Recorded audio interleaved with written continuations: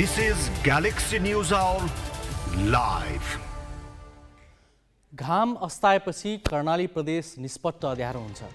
घाम अस्ताउनु अघि सूर्यको रापले कर्णाली उज्यालो त हुन्छ, तर त्यो उज्यालोले कर्णालीवासीको अनुहारमा चमक ल्याउँदैन। कर्णालीका धेरै भूगोलमा विद्युतीय सामान चल्दैनन्, रेडियो चल्दैन, टिभी र कम्प्युटर चल्दैनन्, राउटर चल्दैन, इन्टरनेटको संसार चल्दैन। टुकी युगको अवशेष कतै छ भने त्यो कर्णालीमा छ। केन्द्रको आँखाबाट सधैँ छुटिरहने कर्णाली बिजुलीको राष्ट्रिय प्रसारण लाइनबाट छुटेको पनि आधा वर्ष भयो। बिजुली नभएपछि इन्टरनेटको सञ्जालबाट पनि कर्णाली छुटेको महिनौँ भइसक्यो, तर डिजिटल कर्णालीको बजेट भने कहिल्यै छुटेको छैन। डिजिटल कर्णालीको नाममा 4 वर्षदेखि प्रदेश सरकारले करोडौं रकम ओइर्याइरहेको छ। बिजुली र इन्टरनेट जस्ता न्यूनतम पूर्वाधार बिना प्रदेशको डिजिटलाइजेसन कसरी हुन्छ, शासकलाई नै हेक्का छैन। यसले एकातिर ठूलो लगानी परिणाम शून्य भएको छ भने अर्कोतिर प्रदेश सरकारको घोषणा कति हचुवा थियो भनेर छ्याङ्गै भएको छ। सार्वजनिक खपतका लागि गरिने भाषण र भन्छुनका आधारमा मनपरी बजेट बाँड्ने रोगले थलिएको कर्णाली सम्बन्धी विशेष सामग्री आज हामीसँग हुनेछ। त्यस्तै राष्ट्रिय सभाको आसन्न निर्वाचन र बदलिदो शक्ति संरचनाको लेखाजोखा पनि हामी गर्नेछौँ। माओवादी नेतृत्वमा केही निश्चित परिवारले कसरी प्रभाव जमाएका छन् त्यसको चित्र पनि प्रस्तुत गर्नेछौँ।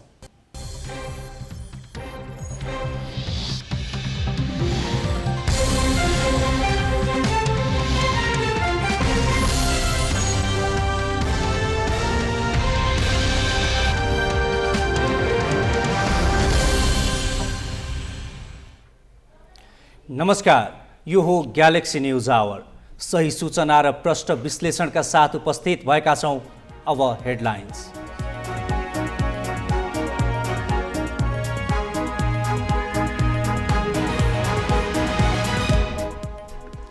राष्ट्रिय सभाका 19 सिटको निर्वाचनका लागि उम्मेदवारी दर्ता। 43 जना उम्मेद्वार मैदानमा। गठबन्धन साझेदार एक ठाउँमा हुँदा एमालेका 8 सिट जोखिममा।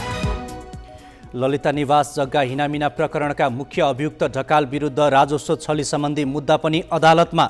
1 अर्ब 20 करोड 49 लाख रुपियाँको बिगो।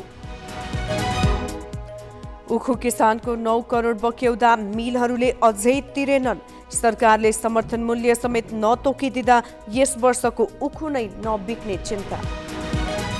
ओमिक्रोनको संक्रमण बढेपछि भारतको पन्जाबमा रात्रिकालीन कर्फ्यू। दिल्लीमा पनि संक्रमण तीव्र। चीनको युझौ सहरमा लकडाउन। र पूर्व कप्तान ज्ञानेन्द्र मल्ल सहितका खेलाडी पनि बन्द प्रशिक्षणमा सहभागी। क्यानसँग विवाद नभई आफूहरूको असन्तुष्टि मात्रै भएको मल्लको भनाइ।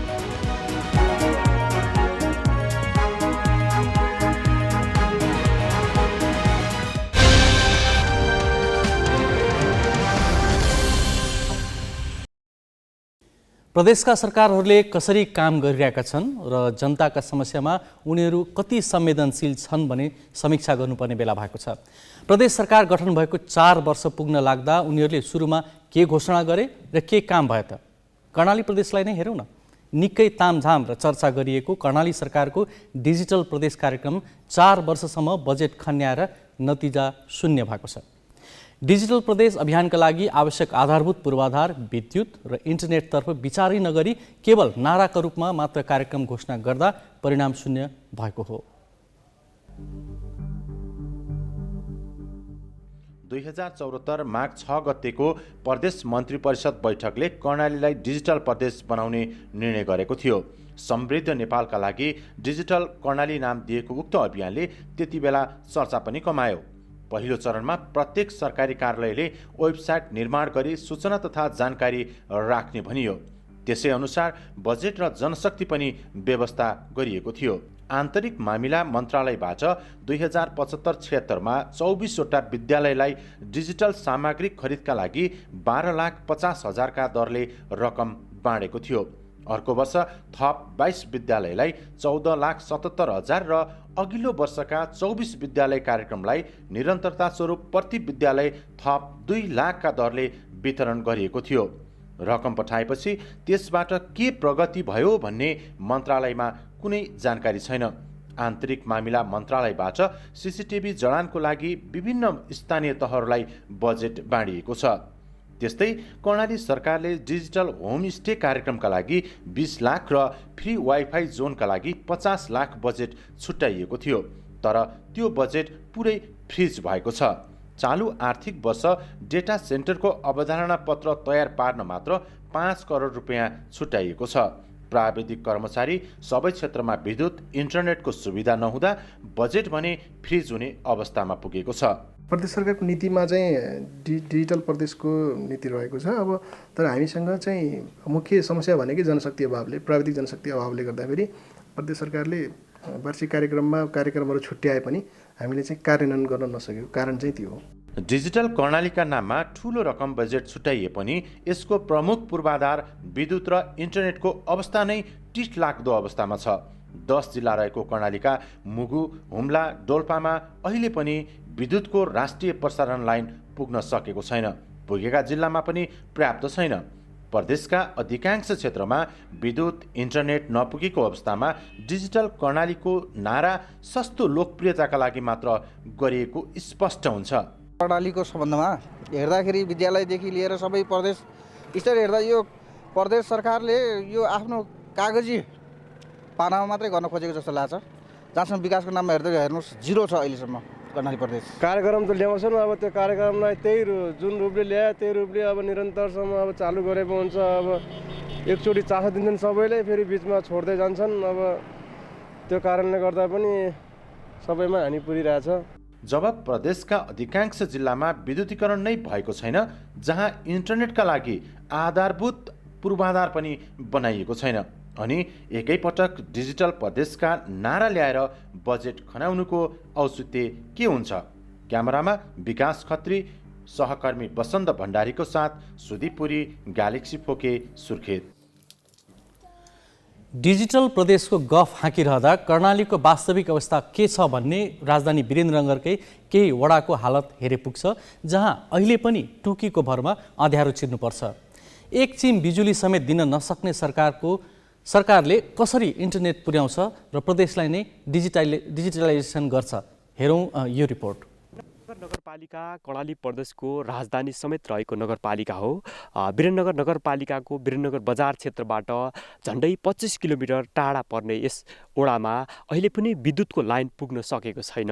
विद्युतको लाइन नपुग्दा यहाँका स्थानीय अन्धकारमा बस्न बाध्य छन् भनेपछि विद्युत निर्माणबाट हुने थुप्रै कामहरू अहिले पनि यस ओडामा सुचारू हुन सकेका छैनन्। उज्यालो नहुँदा अब आगो बालिन्छ, द्यालो चिरेर बालिन्छ, अनि बत्तीमा लाइट टर्च बालिन्छ, आगो बालेर पढ्छन् केटाकेटीहरूले।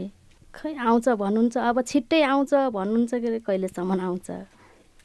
हामीलाई अब विद्युतको समस्या सुविधा नहुँदाखेरि अब सोलरले कहिले काहीँ घाम लाग्दैन, बर्खे मौसममा घाम हुन्न, अनि हिउँदे मौसममा पनि बादल गऱ्यो भने बत्ती अब सोलरको बत्ती नआउँदाखेरि बिजुली बत्ती आइदिए भए हामीलाई राम्रो हुन्थ्यो भन्ने हाम्रो आशा छ।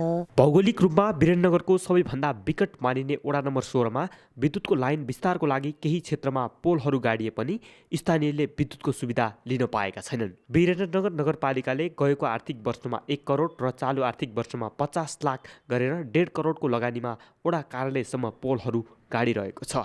झन्डै 3000 जनसङ्ख्या रहेको ओडामा स्थानीयले वैकल्पिक ऊर्जाको रूपमा सोलरको प्रयोग गरे पनि विद्युतको आशमा छन्। भौगोलिक रूपमा कृषि र पशुपालनको सम्भावना रहेको ओडामा विद्युतको सुविधा नहुँदा औद्योगिक क्षेत्रको विकास भने हुन सकेको छैन। वीरेन्द्रनगर नगरपालिका वडा नम्बर 16का जस्तै कर्णालीका थुप्रै गाउँहरूमा अहिले पनि विद्युतको सेवा पुग्न सकेको छैन। कर्णालीका थुप्रै स्थानीयवासी अहिले पनि विद्युतको सुविधा लिन पाएका छैनन्। कतिपय क्षेत्रमा वैकल्पिक ऊर्जाको प्रयोग गरिए पनि त्यो सबै क्षेत्रको लागि पर्याप्त हुन सकेको छैन। बत्ती नहुँदाखेरि अब कोही भनौँ न कोही मिल चलाउने मान्छेहरूलाई, अब कोही फर्महरूलाई बेसरी दुःख हुन्थ्यो। हामीले द्यालो बालेर चाहिँ काम चलाउँथ्यौँ। अब राजधानी अब भयो हाम्रो कर्णाली प्रदेशको, तर दुःख छ हजुर हामीलाई बेसरी नै। अब पहाड ठाउँ पर्यो, बाटो पनि पक्की छैन, बिजुली पनि भनौँ अब भर्खर पोलसम्म आज ओडासम्म आइपुगेको छ, अब गाउँमा त अझै पुगेको छैन। बत्ती चाहिँ एकदमै जरुरी हो होइन, तर अब हाम्रो चाहिँ यो वीरेन्द्र नगरपालिका 16 भए तापनि यहाँ बत्तीको पहुँच चाहिँ एकदमै टाढा छ कि र अब हामीलाई अब यो बत्ती भइदिएको भए अब केसम्म हुन्थ्यो भने अब मैले एउटा उद्योग खोलिरहेको छु अब तर त्यो उद्योगको लागि अब त्यहाँ कुनै पनि उ छैन कि बत्तीको लाइनै छैन अब कसरी गर्ने। वीरेन्द्रनगरका ओडाहरूमा मात्र होइन, सुर्खेतको पश्चिम क्षेत्रमा पर्ने पञ्चपुरी नगरपालिका, चौकुने गाउँपालिकाका थुप्रै क्षेत्रमा विद्युतको लाइन पुग्न सकेको छैन। विद्युत विस्तारमा ढिलाइ हुँदा विद्युतबाट चल्ने ठुला उद्योगहरू, अन्य थुप्रै कामहरू अघि बढ्न सकेका छैनन्। वीरेन्द्रनगर नगरपालिका वडा नम्बर 16 मात्रै नभएर कर्णाली प्रदेशका थुप्रै गाउँहरू, थुप्रै क्षेत्रहरूमा विद्युत विस्तार हुन सकेको छैन। अहिलेसम्म पनि विद्युत विस्तार हुन नसक्नुलाई स्थानीयले चरम आलोचनात्मक रूपमा लिएका छन् भने यसको विस्तारमा ढिलाइ हुनु एउटा दुःखद कुरा हो। यसमा प्रदेश सरकार, केन्द्र सरकार, तीनवटै तहका सरकारको गम्भीर रूपमा ध्यान जान जरुरी छ। बसन्त भण्डारी, ग्यालेक्सी 4K, सुर्खेत।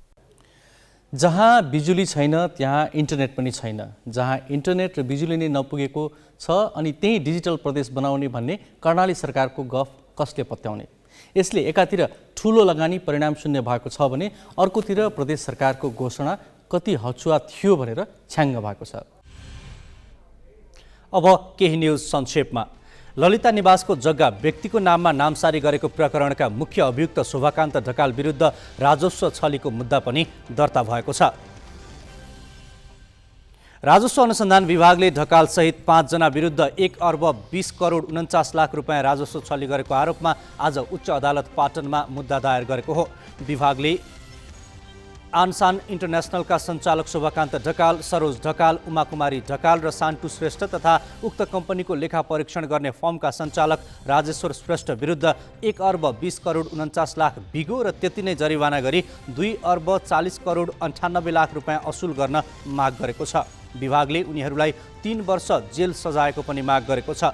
ढकाल अहिले ललिता निवासको जग्गा व्यक्तिको नाममा नामसारी गरेको प्रकरणमा विशेष अदालतको आदेशमा थुनामा छन्।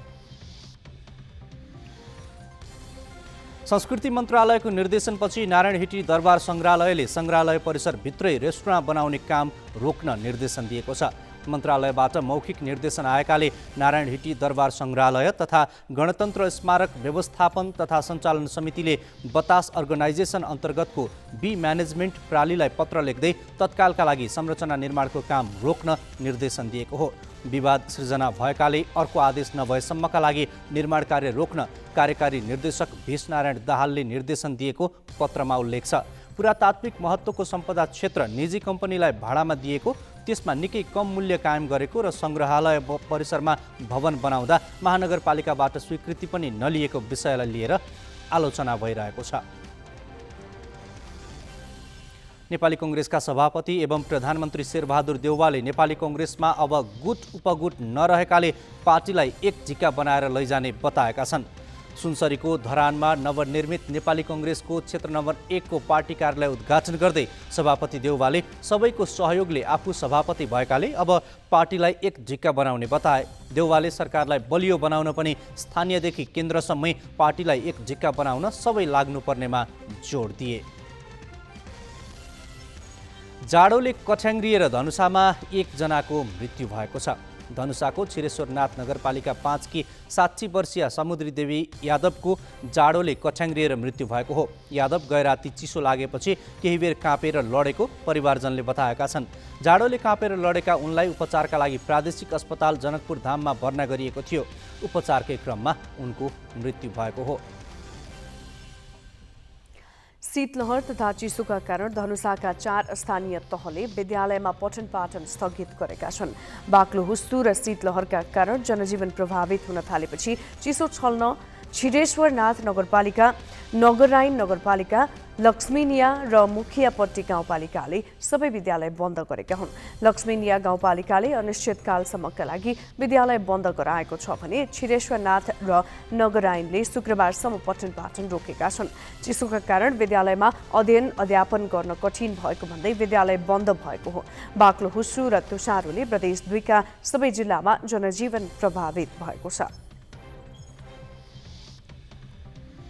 सरकारले आजबाट सुरु गर्ने भनिएको ज्येष्ठ नागरिक र दीर्घ रोगीलाई कोरोना विरुद्धको अतिरिक्त खोप लगाउने अभियान स्थगित भएको छ। स्वास्थ्य तथा जनसङ्ख्या मन्त्रालयले आज विज्ञप्ति जारी गरी केही लक्षित वर्गका लागि खोपको थप मात्रा दिने कार्यक्रम स्थगित गरिएको जानकारी दिएको हो।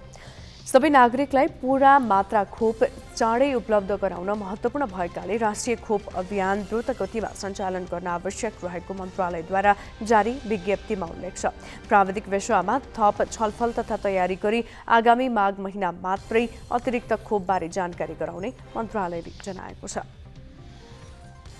राष्ट्रिय सभा निर्वाचनले संघीय संसदको शक्ति संरक्षण आने हेरफेर गर्दैछ। कसरी त? यो सन्दर्भ नवराज पाण्डेबाट।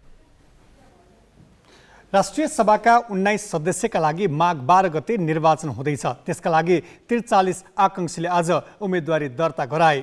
सत्तारूढ दलले सिट भागभण्डा गरेर उम्मेदवारी दिँदा नेकपा एमाले भने निर्वाचनमा एक्लै होमिएको हो। एमालेका 8, माओवादी केन्द्र र नेकपा एकीकृत समाजवादीका 4 तथा नेपाली काङ्ग्रेसका 3 सदस्यको पद रिक्त हुन लागेका कारण निर्वाचन गर्न लागि हो।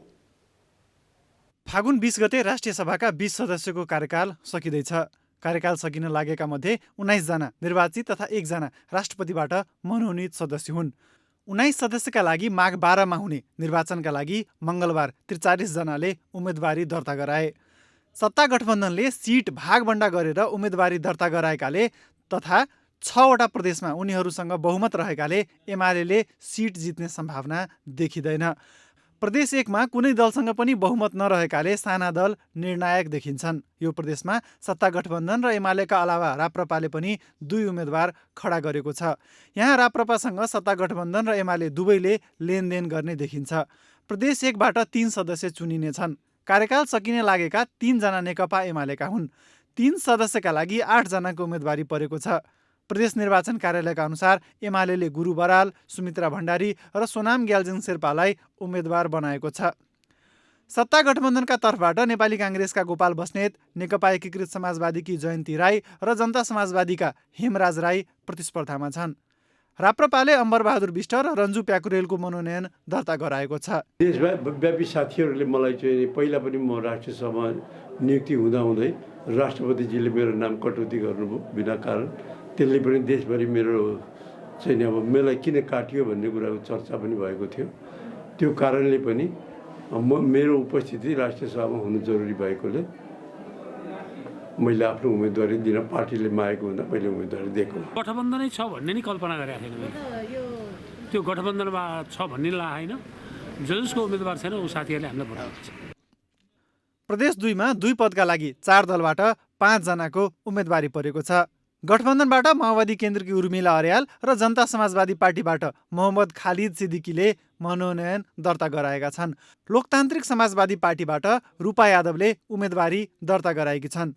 एमाले बीना देवी र उस्मान अन्सारीलाई मैदानमा उतारेको छ। यो प्रदेशमा एमाले र माओवादीका 1 सदस्यले बिदा पाउन लागेकाले निर्वाचन हुन लागेको हो।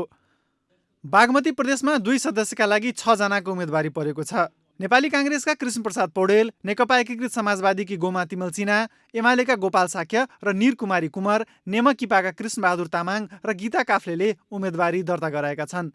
यहाँ काङ्ग्रेस र एकीकृत समाजवादीका 1 सदस्यको कार्यकाल सकिन लागेकाले मतदान गराउन लागि हो। गण्डकीमा एमाले र सत्ता गठबन्धनले 3 उम्मेदवार उठाएका छन्। एमाले लीला पोखरेल थनेत, अर्जुन कुमार सुनाम र पुण्य प्रसाद पौडेल तथा गठबन्धनले कमला पन्त, भुवन सुनार र सुरेश आले मगरलाई उम्मेदवार बनाएको हो। लुम्बिनी प्रदेशमा पनि 6 जनाको उम्मेदवारी परेको छ। काङ्ग्रेसका युवराज शर्मा, नेकपा एकीकृत समाजवादीकी राजेन्द्र लक्ष्मी गैरे र राष्ट्रिय जनमोर्चाका तुलप्रसाद विश्वकर्माले उम्मेदवारी दर्ता गराएका छन्। एमालेका तर्फबाट रामदयाल गुप्ता, भारती खनाल र कृष्णबहादुर सुनारले उम्मेदवारी दर्ता गराएका छन्। कर्णाली र सुदूरपश्चिम प्रदेशमा 3 सदस्यका लागि 6 उम्मेदवारले प्रतिस्पर्धामा उत्रिएका छन्। कर्णालीमा काङ्ग्रेसले दुर्गा गुरुङ, माओवादी केन्द्रले नरबहादुर विष्ट र नेकपा एकीकृत समाजवादीले उदयबहादुर बोहरालाई उम्मेदवार बनाएको छ। एमालेका तर्फबाट गङ्गा महत, पदमबहादुर माझी र चुडामणि शर्मा उम्मेदवार बनेका छन्। यस्तै सुदूरपश्चिममा गठबन्धनका तर्फबाट नारायण दत्त मिश्र, जगत बहादुर पार्की र मदन कुमार शाही तथा एमालेबाट डिलेराज भट्ट, नरेश विश्वकर्मा र सन्तोष कुमारी शर्मा मैदानमा उत्रिएका छन्। राजनीतिक ब्युरो, ग्यालेक्सी फोके, काठमाडौँ। राष्ट्रिय सभा सदस्य चयनका लागि हुने निर्वाचनमा प्रदेश सभाका सदस्य तथा स्थानीय तहका प्रमुख र उपप्रमुख मतदाता हुन्। उनीहरू सबैको भोट भने बराबर हुँदैन। प्रदेश सभा सदस्यको मतभार 48 तथा स्थानीय तहका प्रमुख र उपप्रमुखको मतभार 18 हुन्छ। मतभारका आधारमा कुन प्रदेशमा को बलियो देखिन्छ त? हेरौँ यो सामग्री। प्रदेश 1, यो प्रदेशबाट राष्ट्रिय सभामा 3 सदस्य चयन गरिनेछ। यहाँ प्रदेश सभाका 92 स्थानीय तहका 272 मतदाता छन्। उनीहरूले प्रतिनिधित्व गर्ने दलको आधारमा यो प्रदेशमा नेकपा एमाले सबैभन्दा बलियो देखिएको छ। उसँग 4542 मतभार छ। सत्ता गठबन्धन केही कमजोर देखिन्छ। उसँग 4464 मतभार छ। यहाँ साना दलसँग 306 मतभार छ। साना दलले जसलाई साथ दियो प्रदेश 1 मा उसैले बाजी मार्ने देखिएको छ। प्रदेश 2, प्रदेश 2 मा प्रदेश सभा सदस्यको रूपमा 104 मतदाता रहेका छन्। ती मतदाताको मतभार 9816 छ। यहाँ सत्ता गठबन्धनलाई कुनै पनि तनाव छैन। उसँग 7194 मतभार देखिएको छ। यो प्रदेशमा नेकपा एमाले निकै नै कमजोर देखिएको छ। एमालेको मतभार अन्य दलको भन्दा पनि कम देखिएको छ। बागमती प्रदेश, बागमती प्रदेशमा प्रदेश सभामा 109 जना सदस्य रहेका छन्। त्यस्तै स्थानीय तहमा 237 प्रतिनिधिले मतदान गर्नेछन्।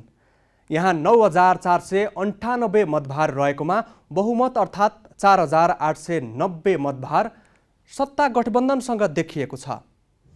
यहाँ अन्य दलले सहयोग गर्दा पनि एमाले आफ्ना उम्मेदवारलाई जिताउन सक्ने सम्भावना देखिएको छैन। गण्डकी प्रदेश, गण्डकीमा राष्ट्रिय जनमोर्चाका कृष्ण थापा पार्टीको कारबाही पश्चात पदमुक्त भएकाले गण्डकी प्रदेश सभा सदस्यको संख्या 59 रहेको छ। गण्डकी प्रदेशमा स्थानीय तहका 170 प्रतिनिधिले पनि मतदान गर्नेछन्। उनीहरूको मतभार 5892 रहेकोमा सत्ता गठबन्धन बलियो देखिएको छ। सत्ता गठबन्धनसँग आफ्ना उम्मेदवारलाई जिताउनको लागि पर्याप्त मतभार पनि छ। अहिलेको मतभारको आधारमा एमालेका उम्मेदवारले जित्ने आधार भने देखिएको छैन। लुम्बिनी प्रदेश, लुम्बिनी प्रदेश सभामा 81 सदस्य तथा स्थानीय तहका 215 जना प्रमुख र उपप्रमुख मतदाता रहेका छन्। लुम्बिनी प्रदेशमा पनि सत्ता गठबन्धन बलियो देखिएको छ।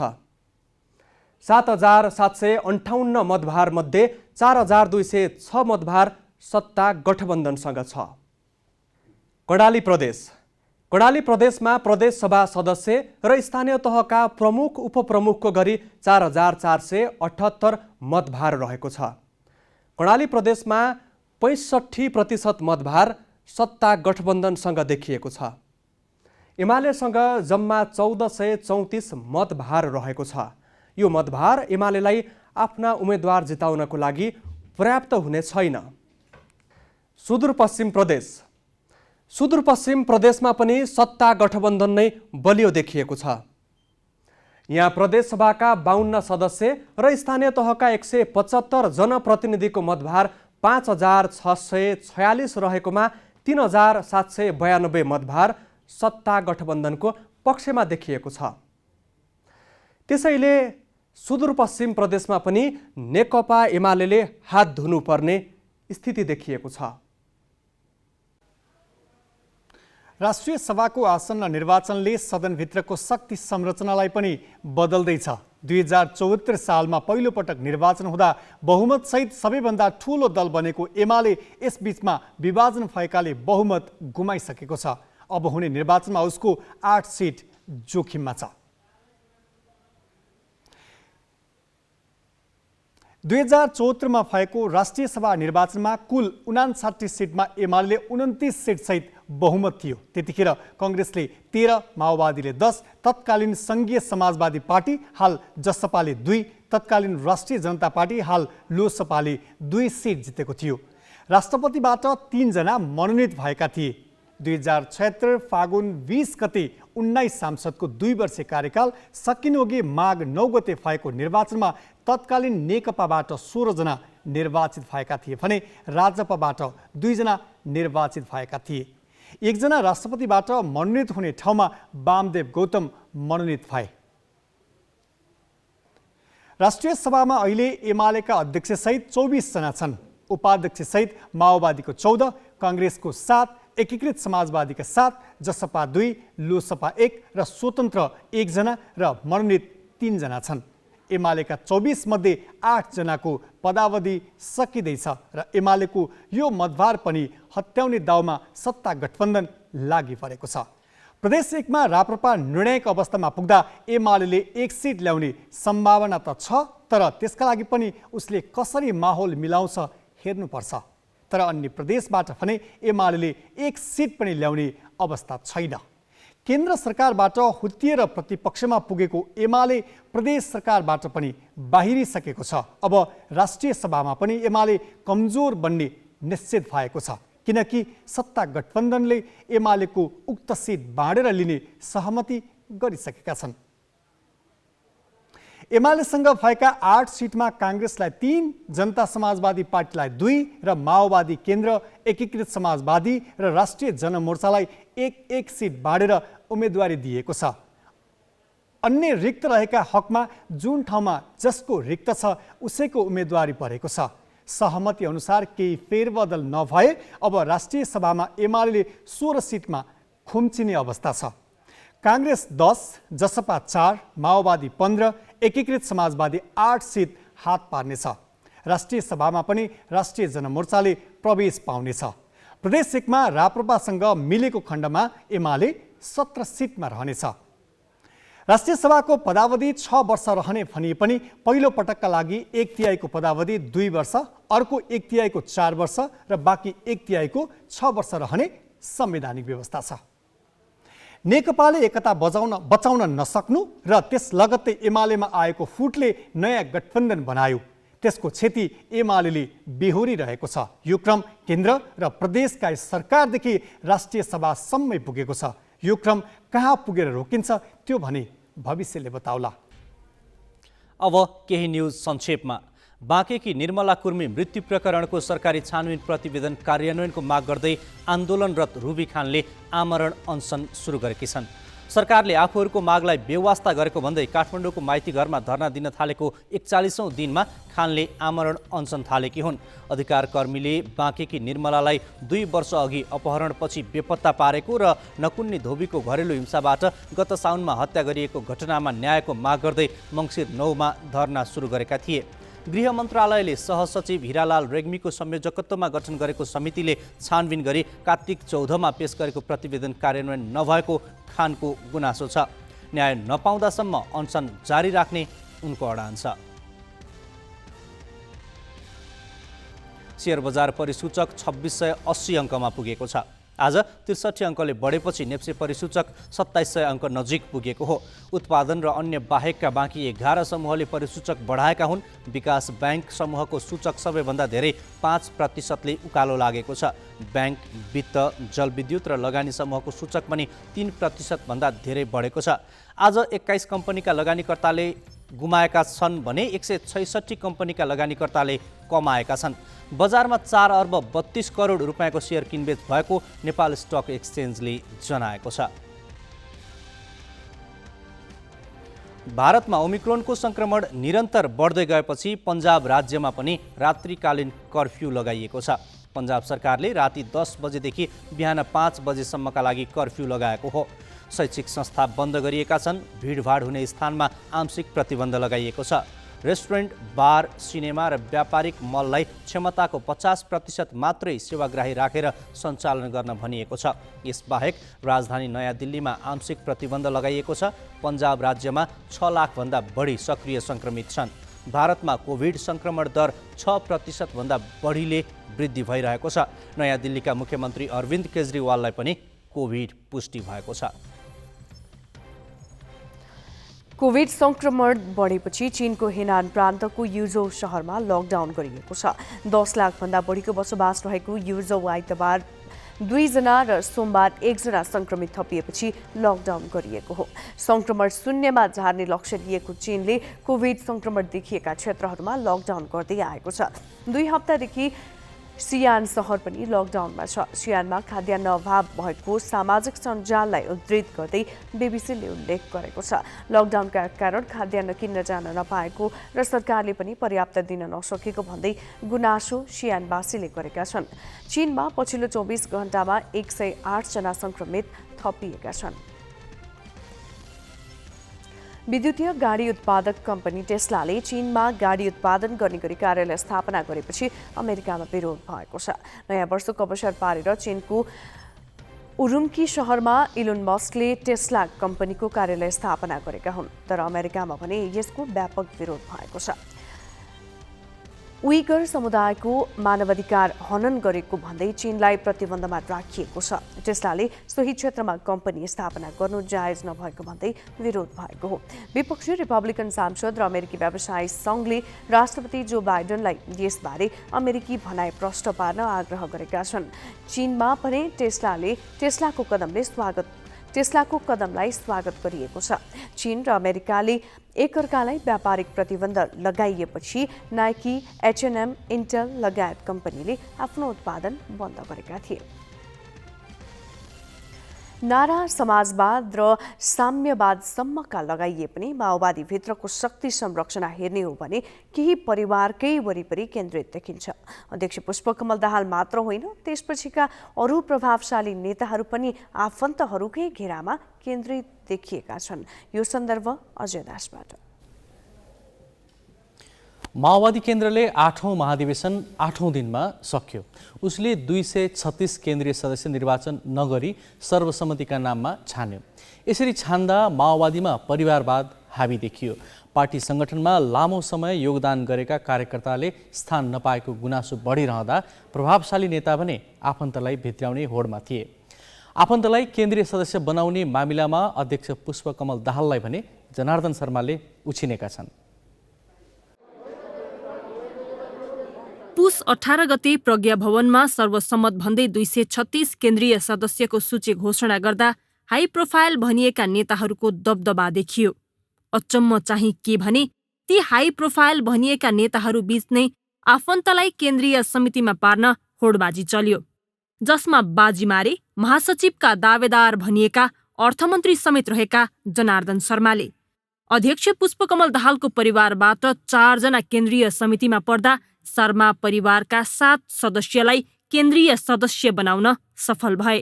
उनले भाइ बहिनीदेखि ज्वाइँ र ठूलो बाका छोरालाई पनि केन्द्रीय समितिमा पारे। महासचिवमा उनको प्रतिस्पर्धीका रूपमा हेरिएका र पार्टीको संगठनमा पकड रहेको भनिएका वर्षमान पुनको परिवारबाट 3 जना मात्र केन्द्रीय समितिमा परे। पार्टीको भातृ संस्था अनि राष्ट्रिय व्यू क्रान्तिकारीको अध्यक्षमा रञ्जित तामाङसँग पराजित भएका शर्माका भाइ अनिलले केन्द्रीय समितिमा इन्ट्री मारे। तर पुनसँग निकट मानिने र कार्यकर्ता माझ लोकप्रिय तामाङ अटाएनन्। पुन उपचारका लागि चीनमा रहेको भरपूर फाइदा शर्माले उठाएको माओवादीकै कार्यकर्ताको बुझाइ छ।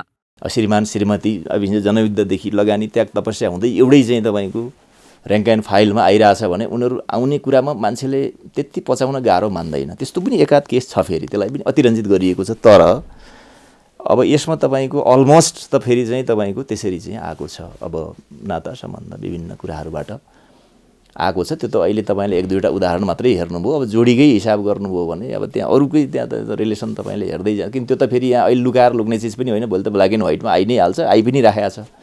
त्यहाँदेखि यसो हेर्दा त सबै कुरा उही चाहिँ तपाईँको चाहिँ एउटै परिवार जस्तो अथवा एउटै सम्प्रदाय जस्तो हुन आउने जो खतरनाक स्थिति छ। हुन पनि अध्यक्ष दाहालले भाइ नारायण, छोरी रेणु र बुहारी बिना मगरलाई केन्द्रीय सदस्य बनाउँदा शर्माले भाइ अनिलका अलावा बहिनी नारायणी, बहिनी ज्वाइँ ओम शर्मा, ठुला बाका छोरा बसन्त, माइला बाकी छोरी लुम्बिनी गौतम तथा 2 नातेदार जगप्रसाद शर्मा र राजकुमार शर्मालाई केन्द्रीय समितिमा पारे। पुनका तर्फबाट भने उनकी श्रीमती ओन्सरी घरती र बुहारी लालकुमारी पुन केन्द्रीय सदस्यको सूचीमा छन्। पार्टीका प्रभावशाली नेताले परिवारका सदस्यलाई च्याप्दा आफूहरू छुटेको गुनासो गर्ने कार्यकर्ता धेरै छन्। खास गरी शहीद तथा बेपत्ता परिवारभित्रबाटै त्यस्तो गुनासो आएको छ। पार्टीले अब जति बेला अब क्लस्टरको कुरो गर्नुभयो तर शहीद परिवारहरूलाई छोड्नु भएको रहेछ। कहाँ समेटिएको छैन। अब भन्दैछ अहिले समापन भएको छैन, अरू मिलाउने क्रममै हो। अब के हो थाहै लाग्दैन। शर्मा र पुन दुवै विद्रोहको समयदेखि नै अध्यक्ष दाहाल निकटका नेता हुन्। उनीहरूबीच अहिले पार्टीमा कसले पकड बनाउने र दाहालको उत्तराधिकारी को हुने भन्ने प्रतिस्पर्धा छ। अध्यक्ष पछिको शक्तिशाली पद महासचिवका बलिया दावेदार शर्मा र पुन हुन्। उनीहरू अहिलेसम्म एकैपटक सरकारमा सहभागी भएका छैनन्। दाहालले उनीहरूलाई पालै पालो सरकारमा पठाउँदै आएका छन्। साउन अन्तिम साताको केन्द्रीय समिति बैठकले शर्मालाई संगठन विभाग र पुनलाई पार्टी केन्द्रीय कार्यालयको इन्चार्जको जिम्मेवारी दिएको थियो, जुन जिम्मेवारी पछि शर्मा सांगठनिक पकड बढाउन लागि परे। उनले मनोनित कोटामा पनि आफन्तलाई समावेश गराउन कसरत गरिरहेका छन्। पुन भने स्वास्थ्यमा खराबीका कारण पार्टी काममा सक्रिय हुन सकेनन्। उनी 3 महिनाभन्दा लामो समयदेखि विदेशमा उपचाररत छन्। केन्द्रीय समितिमा आफ्नो परिवारका सदस्य कम परे पनि पुन चीनमै रहेर पदाधिकारीको चयन रोक्न भने सफल भएका छन्। सोमबारको पहिलो केन्द्रीय कमिटीको बैठकमा अध्यक्ष दाहालले नै पुन फर्किएपछि मात्र पदाधिकारीको चयन गर्ने भन्नुले उनको तागत देखाउँछ। शर्मा र पुनलाई मनाउन नसकेको अवस्थामा दाहालले आफूलाई महासचिव बनाउने आशा शक्ति बस्नेतको छ। केन्द्रीय समितिमा उनको परिवारबाट पनि 4 सदस्य छन्। सृजना घिमिरे, ग्यालेक्सी 4K, काठमाडौँ। सरकारी संयन्त्र मूक दर्शक भन्दा उखु किसानको समस्या वर्षेनी उस्तै गरी बल्झिरहेको छ। वर्षभरि मेहनत गरेर तयार पारेको फसल अर्कैले मूल्य तोक्ने र भुक्तानीका लागि वर्षौं कुर्नुपर्ने बाध्यता त हटेको छैन नै। 2065 सालदेखिको उखुको पूरा मोल समेत किसानहरूले पाउन सकेका छैनन्।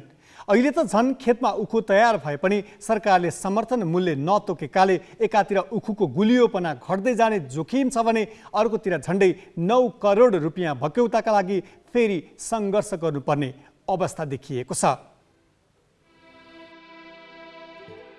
5 वर्षदेखि उखु मिलले भुक्तानी नदिएपछि ऋण काटेर उखु खेती गरिरहेका सर्लाहीका नारायण राय यादव अघिल्लो साल आन्दोलन गर्न आफू जस्तै पीडित किसानको साथ लागेर पुसको चिसोमा काठमाडौँ आए। माइती घरबाट सरकारलाई उखु मिलले दिन बाँकी रकम दिलाइदिन आन्दोलन थाले। 24 लाख बक्यौता पाएपछि ऋण तिर्ने योजनामा रहेका उनले काठमाडौँमै ज्यान गुमाउनु परेको थियो। गाउँमा महँगोमा ऋण काटेर मुख्य आम्दानी रहेको पेसा उखु खेती गरेका उनले भुक्तानीका लागि आन्दोलन गर्दा गर्दै ज्यान गुमाएपछि परिवारको बिजोग भएको छ। अभी हिसाबे किताब न कर रहा है, कंप्यूटर बैठैली नहीं मिल में हिसाबे किताब न कर रहा है। और मिल से हिसाब किताब पहले बाबूजी के निधन मिले तो सभी काल के पेपर ऊपर में देले रहे, और बाद में हिसाबे किताब नहीं मिल में कोनो नहीं ओने कारी ढेउगा उठल न वही पर उ ढेउगा न मिल को वहीला हमरा दियो चल गेल।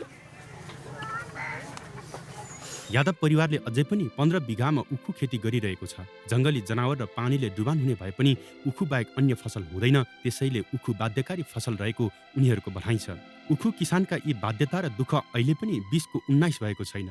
ज्यान फालेर खेतमा काम गरेर मात्र पुगेको छैन, ज्यानै जोखिममा राखेर सङ्घीय राजधानी धाई आन्दोलन गर्नु परिरहेको छ। सरकारी संयन्त्र भने रमिते मात्र बनिरहेको छ। सोमबार संसदको सार्वजनिक लेखा समितिमा सरकारी संयन्त्रले इमानदारीपूर्वक काम नगर्दा किसान सधैँ मर्कामा परेको सांसदले बताए।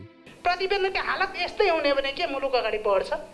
29 वटा उद्योगबाट 8 वटाबाट 5 वटामा भुक्तानी गर्न बाँकी छ। झुन्डिएर मर्नुपर्ने स्थिति किन बनाउँछौँ किसानलाई? पोहोर 1 अर्ब 40 करोड बक्यौता रहेकोमा किसानले आन्दोलन गरेपछि सरकारले मिललाई तिर्न दबाब दिएको थियो, तर 5 मिलले किसानलाई तिर्नुपर्ने 8 करोड 70 लाख रुपैयाँ अझै तिरेका छैनन्। पैसा नतिर्ने उद्योगमा सिराहाको हिमालय सुगर मिल, सर्लाहीको अन्नपूर्ण सुगर मिल, रौतहटको बन्द भइसकेको श्रीराम सुगर मिल र बर्दघाट स्थित सुस्ता पश्चिमका लुम्बिनी र इन्दिरा चिनी मिल छन्। उद्योग मन्त्रालयको जिम्मा रहे पनि बक्यौता तिर्न बाध्य बनाउने कानुनको अभावमा उद्योगीले उन्मुक्ति पाइरहेको उद्योग मन्त्रालयको भनाइ छ। अबको ऐनभन्दा अरू विभिन्न निकायहरूको रोल एस्युम गर्ने गरेर उद्योग मन्त्रालय त्यो जिम्मेवारी दिउँ। थुन्नेदेखि लिएर बैङ्कको खाता रोक्नेसम्म त्यसो गर्न सकियो भने एउटा एजेन्सी आन्सरेबल हुन्छ र उसैले यी विषयहरू जवाफ दिन्छ। उखु किसानको आन्दोलनपछि सरकारले सहसचिवको संयोजकत्वमा किसानको समस्या समाधानका लागि अध्ययन समिति गठन गरेको थियो। उक्त समितिको अनुरोधमा अधिकांश चिनी उद्योगीको चल अचल सम्पत्ति र बैंक खाता रोक्का गरिएको थियो। तर यो दिगो समाधान हुन नसकेको भन्दै किसानको पैसा नतिर्ने उद्योगीलाई बाध्यकारी बनाउन एकद्वार मन्त्रालयबाट नियमन गर्न सांसदहरूको सुझाव छ। हामी बिरामी पर्दा राज्यबाट करोडौं पैसा पनि लिन सक्छौं, गाडी घोडा किन्नको निम्ति करोडौं पैसा गर्न सक्छौं। यी सबै चाहिँ फजुल खर्च गर्नको निम्ति करोडौं निर्णय गर्छ एउटा किसानले। अहिले त बरु पछि उद्योगहरूसँग कुनै किसिमको क्षतिपूर्तिको रूपमा केही नलिनु होला, तर अहिले सरकारले जो 8 करोड 10 करोड पैसा त दिन सकिहाल्नुहुन्छ नि, कुनै न कुनै मोडलबाट त्यो दिउँ। यो साल अहिलेसम्म उखुको मूल्य निर्धारण गर्न सकिएको छैन। समयमा मूल्य निर्धारण नहुँदा उद्योगीले नलिने र ढिला भई उखुको गुलियोपनामा ह्रास आई किसानले क्षति बेहोर्नुपर्छ। अघिल्लो साल सरकारले 100 किलो उखु अर्थात् प्रति क्विन्टल 544 रुपैयाँ तोकेको थियो।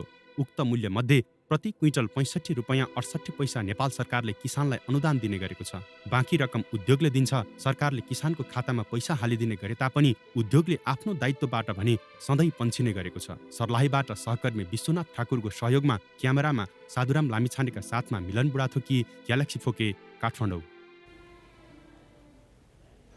सुनसरीको कोशी टप्पु वन्यजन्तु आरक्षा आसपास पाइने हात्ती, अर्ना, बँदेल जस्ता जङ्गली जनावरका कारण स्थानीय 2032 सालदेखि पीडित बन्दै आएका छन्। 46 वर्ष अघि जस्तो समस्या थियो आज पनि उनीहरूको समस्या जस्ताको त्यस्तै छ। पटक पटक जङ्गली जनावरबाट प्रताडित बन्दै आएका स्थानीयले उचित क्षतिपूर्ति र उपचार खर्च जुटाइदिन सरकार समक्ष आग्रह गरिरहेका छन्, तर उनीहरूको समस्या सुनिदिने कोही छैनन्। भदौमा कोशी गाउँपालिका 3 की कक्षा 8 मा पढ्ने 14 वर्षीय पूजा कुमारी सरदार घर नजिकै गाई बस्तु चराउन गएकी थिइन्। उनी जङ्गली हात्तीको आक्रमणमा परिन्। आक्रमणबाट जसोतसो बाँचेकी उनको ढाडको हाड भाँचिएको थियो। उपचारका लागि धरानस्थित बीपी कोइराला स्वास्थ्य विज्ञान प्रतिष्ठान लगियो। 1 महिना अस्पतालको बेडमा बस्दा करिब 3 लाख खर्च भयो। आरक्षक कार्यालयले उपचार बापत 1,12,000 दिएको थियो। बाँकी पूजाका बुबा आमाले साहुसँग ऋण काटेर उपचार गराए। आर्थिक अवस्था अत्यन्त कमजोर भएको परिवारलाई एकातिर छोरीको भविष्य र अर्कोतिर उपचारमा लागेको 1,90,000 कसरी तिर्ने भन्ने चिन्ता छ। आरसलाई 1,12,000 मात्रै, आरसलाई छ दिनलाई 2 लाख, तर हाम्रो दिएन। सोही ठाउँका मोहम्मद अलीको पीडा पनि उस्तै छ। 1 वर्ष अघि घर नजिकै हात्तीकै आक्रमणबाट उनको ढाडको हाड भाँचियो, हात खुट्टामा चोट लाग्यो। उपचार गराउँदा 4,50,000 खर्च भयो, तर आरक्षले 2 लाख मात्रै दिएको थियो। बाँकी उनले आफ्नै खर्चबाट उपचार गराए। ढाड र खुट्टाले राम्रो गरी काम नगर्दा उनी अहिले टाढाको यात्रा गर्न सक्दैनन्। सरकारलाई जनताको भन्दा जनावरको माया भएको भन्दै आफ्नो पीडा यसरी पोख्छन्। आफ्नो जनावरको लागि तपाईले धेरै माया गर्छ हैन, मान्छेको कुनै मूल्य छैन।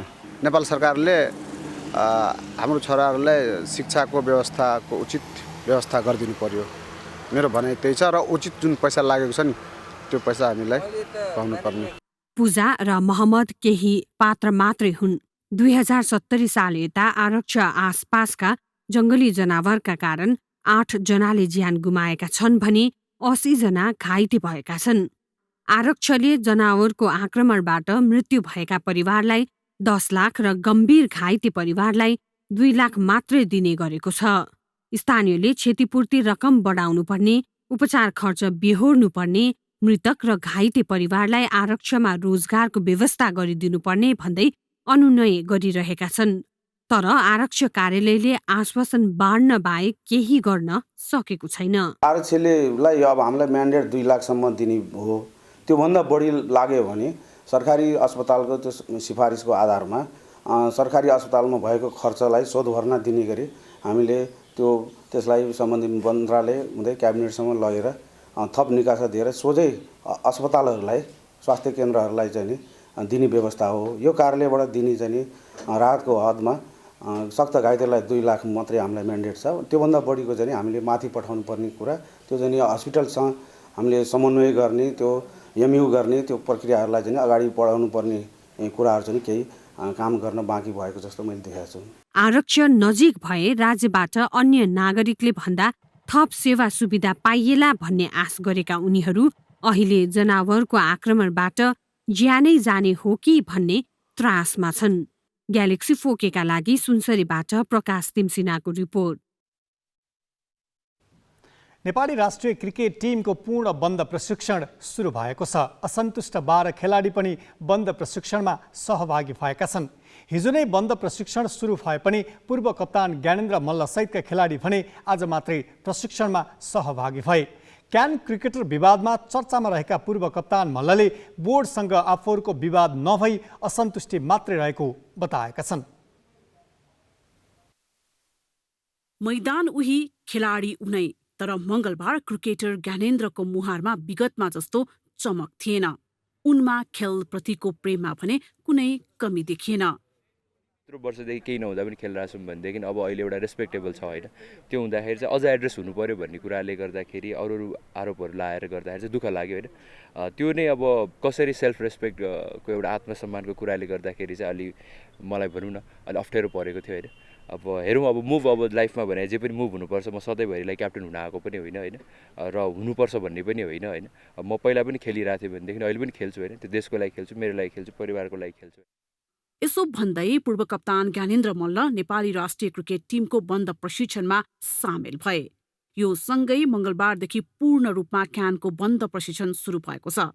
केही समय विवादमा रहेका क्यान र खेलाडी बीच आइतबार सहमति भएपछि मंगलबार पूर्व कप्तान मल्ल सहित 12 असन्तुष्ट खेलाडी बन्द प्रशिक्षणमा फर्किएका हुन्। मल्लका अनुसार बोर्डसँग उनीहरूको विवाद नभई असन्तुष्टि थियो। विवाद समाप्त भएर हामी सबैजना यही छौँ होइन। विवाद भन्दा पनि एउटा अब असन्तुष्टि हो होइन, विवाद बनाइयो जस्तो भयो होइन। मलाई जहाँसम्म लाग्छ सबै कुराहरू हेर्दा विवाद जस्तो गरिकन पोर्ट्रे भयो होइन, जबकि विवाद नभएर एउटा कुरा एउटा दुईवटा कुरामा असन्तुष्टि थियो खेलाडीहरूको, त्यसलाई चाहिँ क्लेरिफाई गर्नु पर्यो भन्ने मात्र कुरा हो होइन। सो अब अहिलेलाई चाहिँ अब धेरै पनि टाइम छैन होइन। हाम्रो मेन लक्ष्य भनेको अब वर्ल्ड कप खेल्ने हो। सो गेममा फोकस हुनुपर्छ जस्तो लाग्छ। क्यानले मङ्सिर 29 गते ज्ञानेन्द्र सहित 4 खेलाडीलाई अनुशासनको कारबाही गर्यो। ज्ञानेन्द्रलाई कप्तान र दिपेन्द्र सिंह एरीलाई उपकप्तानबाट बर्खास्त गर्यो। युवा स्टार सन्दीप लामिछानेलाई कप्तान बनाउने बोर्डको निर्णयमा 4 खेलाडी असन्तुष्ट बने र उनीहरूलाई अन्य खेलाडीले साथ पनि दिए। विवाद चुलिँदै गयो तर दुवै पक्ष लचिलो बने। खेलाडीहरू बन्द प्रशिक्षणमा फर्किए। क्यानले कारबाही फिर्ता लियो, तर पनि नेपाली क्रिकेट टिमको लागि यो जटिल समय हो। सबैभन्दा चुनौती प्रशिक्षक बुबुदु दासा नायकेलाई छ। उनलाई टिममा मतभेद मेटाउँदै एक बनाउने थप जिम्मेवारी थपिएको छ। सँगै महत्त्वपूर्ण प्रतियोगितामा नतिजा दिनु पनि उत्तिकै जरुरी छ।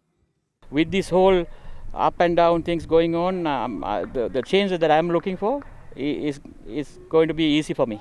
So the things will put in a place where we'll have one team, good culture and playing for the country.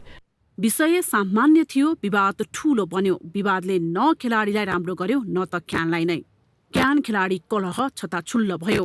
समग्रमा घाटा क्रिकेटलाई नै भयो। खेलाडीहरूले अनुशासनलाई गहना बनाउनु पर्छ र क्यानले पनि अभिभावकको जिम्मेवारी निभाउन सक्नुपर्छ। आशा गरौँ यस्तो विवाद अब मैदानमा देखिने छैन र जित मात्र क्रिकेटको हुनेछ।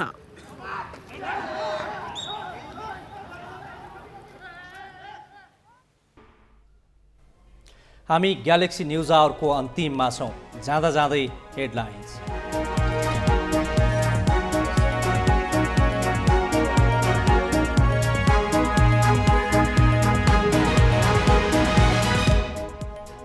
राष्ट्रिय सभाका 19 सिटको निर्वाचनका लागि उम्मेदवारी दर्ता। 43 जना उम्मेद्वार मैदानमा। गठबन्धन साझेदार एक ठाउँमा हुँदा एमालेका 8 सिट जोखिममा। ललिता निवास जग्गा हिनामिना प्रकरणका मुख्य अभियुक्त ढकाल विरुद्ध राजस्व छली सम्बन्धी मुद्दा पनि अदालतमा।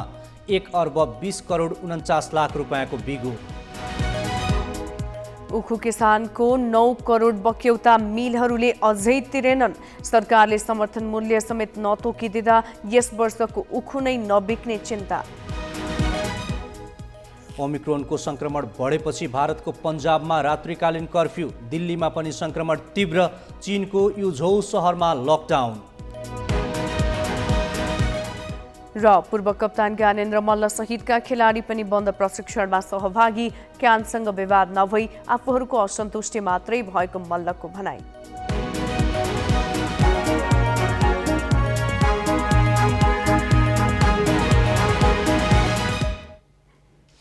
आजलाई ग्यालेक्सी न्युज आवर सकियो। नमस्ते।